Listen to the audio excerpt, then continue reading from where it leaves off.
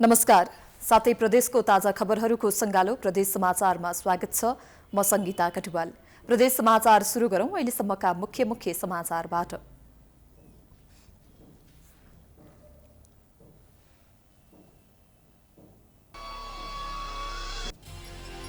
रूपन्देहीको भैरवा स्थित गौतम बुद्ध अन्तर्राष्ट्रिय विमानस्थलको निर्माण कार्य सम्पन्न। मौसममा सुधार आएपछि परीक्षण उडान भर्ने तयारी।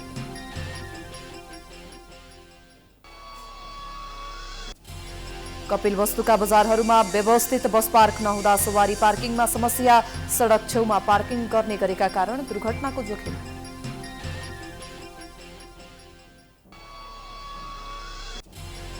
पाल्पाको मरामकोट क्षेत्र आन्तरिक पर्यटकको आकर्षणको केन्द्र बन्दै। हिम श्रृङ्खला समेत देखिने भएपछि पर्यटकीय गन्तव्यको रूपमा विकास हुँदै।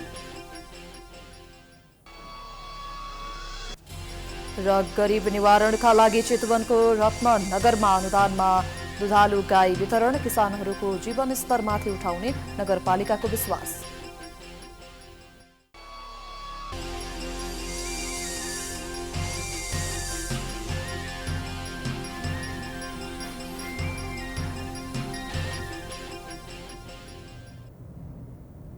आजको प्रदेश समाचार सुरु गरौं। भैरवा स्थित गौतम बुद्ध अन्तर्राष्ट्रिय विमानस्थलको निर्माण कार्य सम्पन्न भएको सम्बन्धी समाचारबाट। भैरवा स्थित गौतम बुद्ध अन्तर्राष्ट्रिय विमानस्थलको निर्माण कार्य सम्पन्न भएको छ। 2071 साल माघमा शिलान्यास भएको विमानस्थल आयोजनाको 8 पटक म्याद थप गरेर भौतिक संरचना, सञ्चार उपकरण, जडान लगायत सबै काम सम्पन्न भएको विमानस्थल आयोजनाले जनाएको छ। निर्माणको काम सम्पन्न भएसँगै विमानस्थल परीक्षण उडानका लागि तयार भएको छ। विमानस्थल सञ्चालन अघि जडान गरिएको सञ्चार उपकरणहरूको परीक्षणका लागि क्यालिब्रेसन उडान गर्नुपर्ने हुन्छ, जसबाट जडान गरिएका उपकरणहरू ठिक भए नभएको बारे रिपोर्ट आउनेछ र सोही अनुसार थप प्रक्रियाहरू अघि बढाइने विमानस्थल आयोजनाले जनाएको छ। मौसम सुधार भएसँगै क्यालिब्रेसन फ्लाइट गरिने जनाइएको छ। मुख्य भौतिक संरचना निर्माण र उपकरण जडानका कामहरू सम्पन्न भइसकेका छ हैन। त्यसले गर्दाखेरि अब त्यसको चाहिँ सम्पन्न भएसँगै हामीले बिस्तारै ह्यान्डओभरको कामहरू पनि अगाडि बढाइरहेका छौँ र सम्भवतः छिटै नै जडान भएका उपकरणहरूको चाहिँ क्यालिब्रेसन गर्नको लागि क्यालिब्रेसन फ्लाइटको लागि पनि हामीले समन्वय गरिरहेको अवस्था हो। सम्भवतः छिटै नै मौसममा सुधार भएसँगै क्यालिब्रेसन फ्लाइट अगाडि बढ्छ। क्यालिब्रेसन फ्लाइटका लागि बनाइएको योजना अन्तर्गत विमानस्थलमा जडान गरिएको सञ्चार उपकरणहरूको जाँच गरिने, क्यालिब्रेसन फ्लाइट सुरु गर्ने, उडान भरेको विमानको दूरी जाँच, उडान भइरहेको विमानले प्रयोग गर्ने रुटको जाँच, उडान र अवतरण गर्दा धावन मार्गमा जडान गरिएको लाइटिङ लगायत परीक्षणहरू हुनेछन्।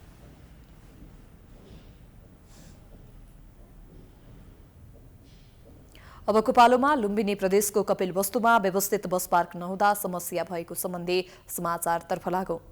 कपिलवस्तुका बजारहरूमा व्यवस्थित बस पार्क नहुँदा सवारी पार्किङमा समस्या हुने गरेको छ। जिल्लाका जेतपुर, चन्द्रौटा, कृष्णनगर लगायतका बजारमा बस पार्क नहुँदा सवारी साधन पार्किङमा समस्या हुने गरेको छ। सडक छेउमा पार्किङ गर्ने गरेका कारण दुर्घटनाको जोखिम समेत बढेको स्थानीयको गुनासो छ। बाटोको बीचमा सवारी साधन रोक्दा आवत जावतमा समस्या हुने गरेको सर्वसाधारणको गुनासो छ। त्यस्तै व्यवस्थित बस पार्क नहुँदा सवारी साधन गन्तव्यमा छुटाउन र बाहिरबाट आएका सवारी साधन व्यवस्थापन गर्न समस्या भएको यातायात कर्मचारीको भनाइ छ। बुटोल के लिए सर 60-70 बस 12-12 मिनट में छूटता है।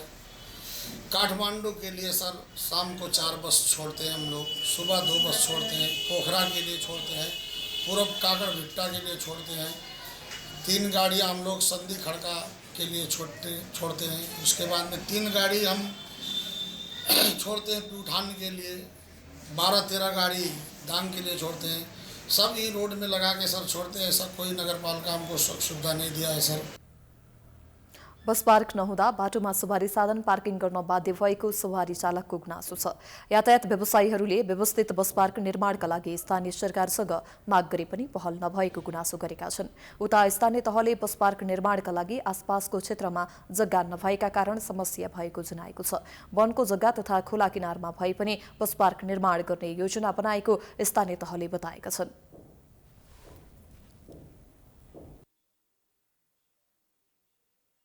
नागरिकहरूले बस पार्क भएन भन्ने गुनासो पनि गरिराख्नु भएको छ। यातायातमा लागेका सबै यो व्यवसायीहरूले पनि बस पार्क बनाइदिनु पऱ्यो भन्ने कुरो ल्याउनु भएको छ।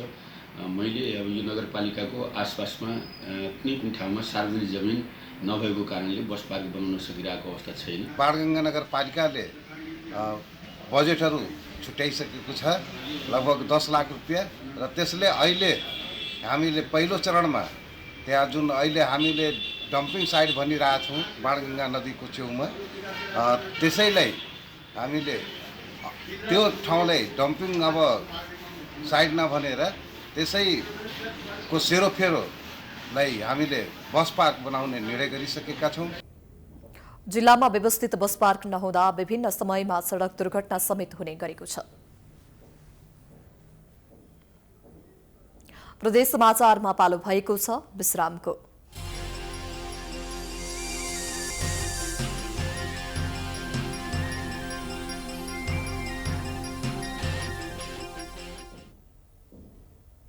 विश्रामपछि स्वागत छ।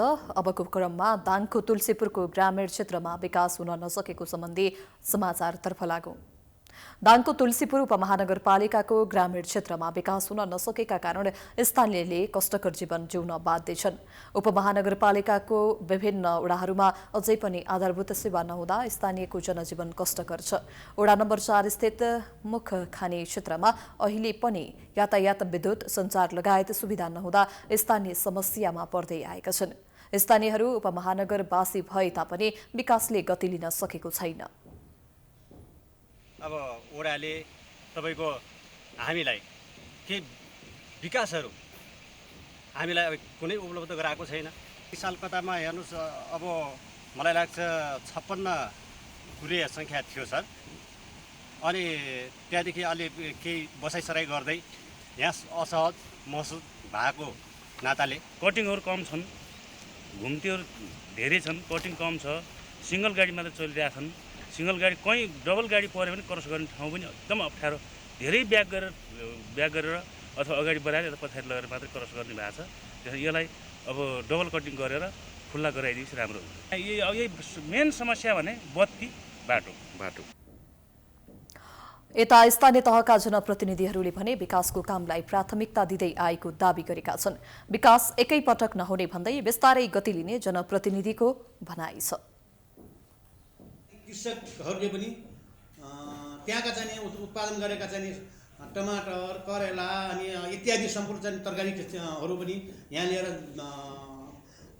बिक्री गर्नलाई सजिलो भयो। गाडी आवाजावत गर्ने भए, त्यस कारणले यो बाटो मरामत हुँदैछ र यो बाटो दमन गइसकेपछि धेरै नै लाभ हुनेछ, धेरै मान्छेले लाभ हुन्छ। हाम्रो यहाँ चाहिँ मेरो 19 नम्बरका मान्छेहरू धेरै लाभ हुनेछ। स्थानीय तहमा जनप्रतिनिधि आएपछि दाङका स्थानीयले विकासको कामले गति लिने अपेक्षा गरेका थिए। तुलसीपुर उपमहानगरपालिकाले पनि स्मार्ट सिटीको परिकल्पना गरी योजना बनाएको थियो, तर योजना अनुरूप काम नगरेका कारण अझै पनि ग्रामीण क्षेत्रका बासिन्दा कष्टकर जीवन जिउन बाध्य छन्।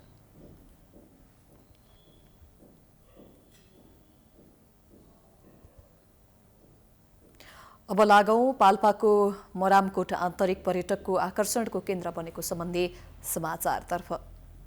पाल्पाको मरामकोट आन्तरिक पर्यटकको आकर्षणको केन्द्र बन्दै गएको छ। मरामकोट डाँडाबाट माछापुच्छ्रे, अन्नपूर्ण जस्ता हिम श्रृङ्खलाहरू देखिने भएपछि आन्तरिक पर्यटकको रोजाइमा बढ्दै गएको छ। एक रिपोर्ट। पाल्पाको तिनाउ गाउँपालिका 5 स्थित मरामकोट डाँडा नयाँ पर्यटकीय केन्द्रको रूपमा विकास भएको छ। प्राकृतिक सुन्दरताले भरिपूर्ण भए पनि स्थानीयको व्यवस्थाका कारण मरामकोट ओझेलमा परेको थियो।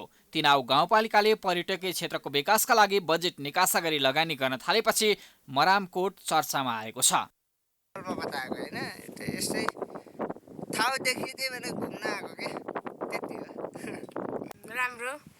राम्रै लागेको छ, राम्रै भनौँ। टिकटक कतिको बनायो? टिकटक हल्का रमाइलो लाग्यो यहाँ रमाइलो लागिरहेछ।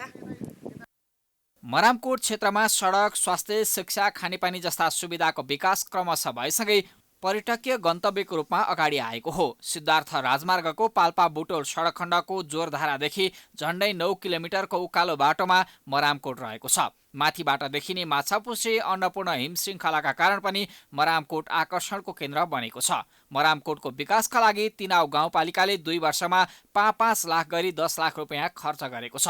त्यस क्षेत्रको सडक स्तर उन्नतिका लागि मरामकोट पर्यटक विकास समितिले 50 लाख रुपियाँ समपूरक कोषबाट बजेट विनियोजन गरी सडक विस्तारको कार्य अगाडि बढाइरहेको छ।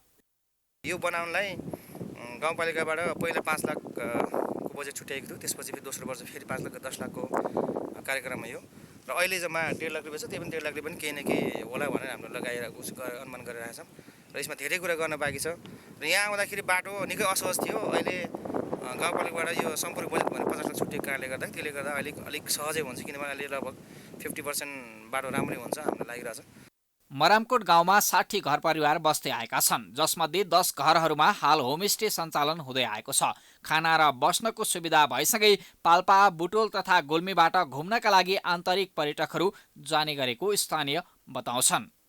जस्तो त अब यही तानसेन अनि बुटोल अनि कहिलेकाहीँ उता पर्वततिरका पनि आउनु भएको छ। अनि उहाँहरूलाई हामीले यहाँको परिकारहरू भनेको अब स्थानीय परिकार भनेको त्यही के भन्छ मकैको ढिँडो सिडो यताउति कोदोको खुलाउँछौँ। मरामकोट क्षेत्र आन्तरिक पर्यटकको रोजाइमा पर्न थालेपछि त्यस क्षेत्रका व्यवसायको आम्दानीमा समेत वृद्धि भएको छ। सडक सञ्जाल विस्तार भएपछि गाउँमा उत्पादित तरकारी तथा अन्य खाद्यान्न बालीहरूले सहज रूपमा बजार समेत पाएका छन्, जसका कारण किसानहरूको आम्दानीमा पनि वृद्धि भएको छ। प्राइम टाइम्स टेलिभिजनका लागि पाल्पाबाट मुक्ति नेउपानेको रिपोर्ट।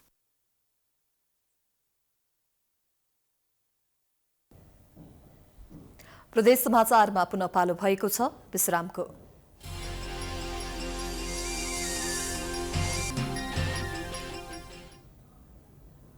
विश्रामपछि पुनः स्वागत छ। अबको क्रममा कर्णाली प्रदेशको रुकुममा झोलुङ्गे पुल जोखिममा परेको सम्बन्धी समाचारतर्फ लागौं। रुकुम पश्चिमको सदरमुकाम मुसिकोटको बराहा टाकुरामा निर्माण गरिएको झोलुङ्गे पुल जोखिममा परेको छ। 7 महिना पहिले 1.5 करोडको लागतमा निर्माण गरिएको पुल अवलोकन गर्नेको संख्या बढ्दै गएपछि पुल नै जोखिममा परेको बराहा टाकुराको टुडीखेलबाट सल्ले जोड्ने 238 मिटर लामो झोलुङ्गे पुलको सल्ले भूभाग भिरालो भएकै कारण जोखिममा परेको स्थानीयको भनाइ छ। पुल निर्माणको क्रममा सल्ले क्षेत्रको भिरालो भूभागका बारे व्यवस्था गरेका कारण बालबालिका र वृद्ध-वृद्धाको लागि समस्या देखिएको छ। पुल अवलोकनका लागि जिल्लाको विभिन्न ठाउँबाट दिनहुँ दर्जनौं स्थानीयहरू जाने गरेका छन्। बाक्लो भिडभाड हुने भएकाले कुनै पनि समयमा जोखिम हुन सक्ने देखिएको छ। खलाङ्गा बजारदेखि जिल्ला अस्पताल र सल्ले विमानस्थलसम्मको दूरी कम गर्नका लागि निर्माण गरिएको पुल पछिल्लो समय पर्यटकीय क्षेत्रको रूपमा परिणत हुन थालेको छ।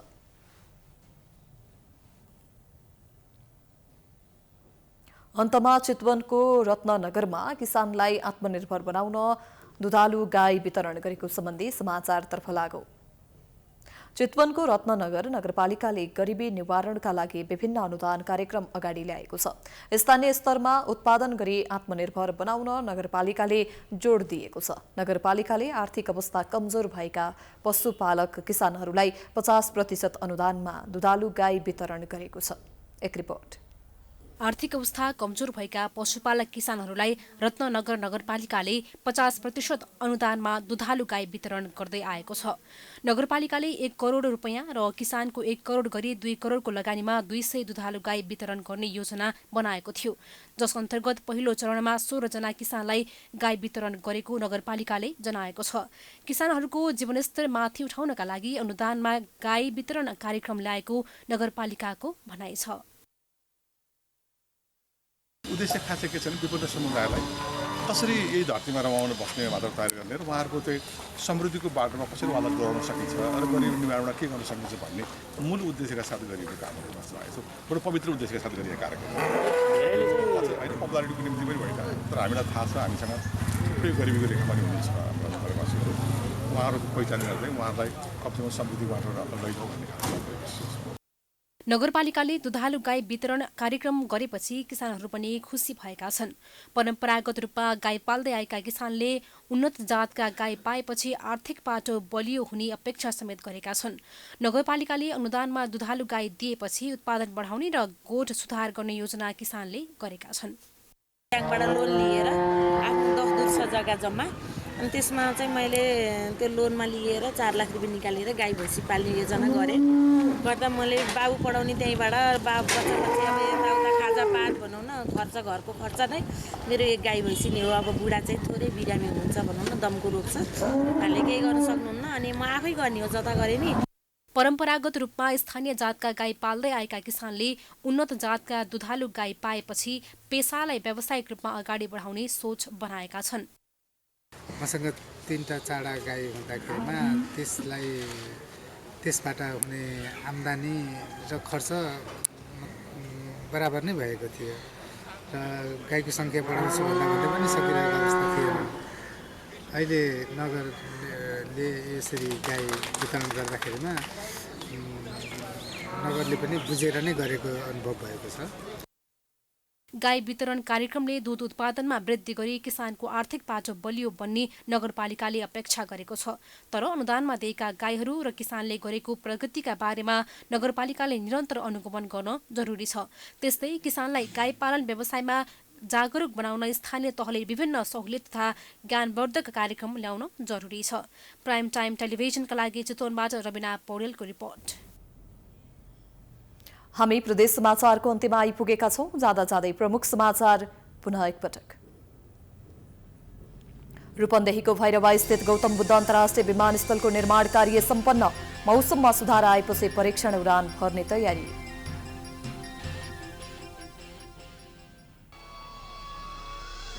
कपिलवस्तुका बजारहरूमा व्यवस्थित बस पार्क नहुँदा सवारी पार्किङमा समस्या। सडक छेउमा पार्किङ गर्ने गरेका कारण दुर्घटनाको जोखिम।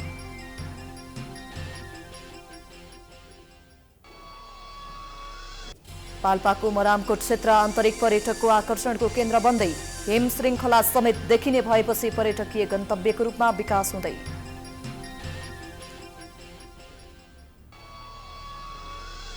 र गरिबी निवारणका लागि चितवनको रत्ननगरमा अनुदानमा दुधालु गाई वितरण। किसानहरूको जीवनस्तर माथि उठाउने नगरपालिकाको विश्वास।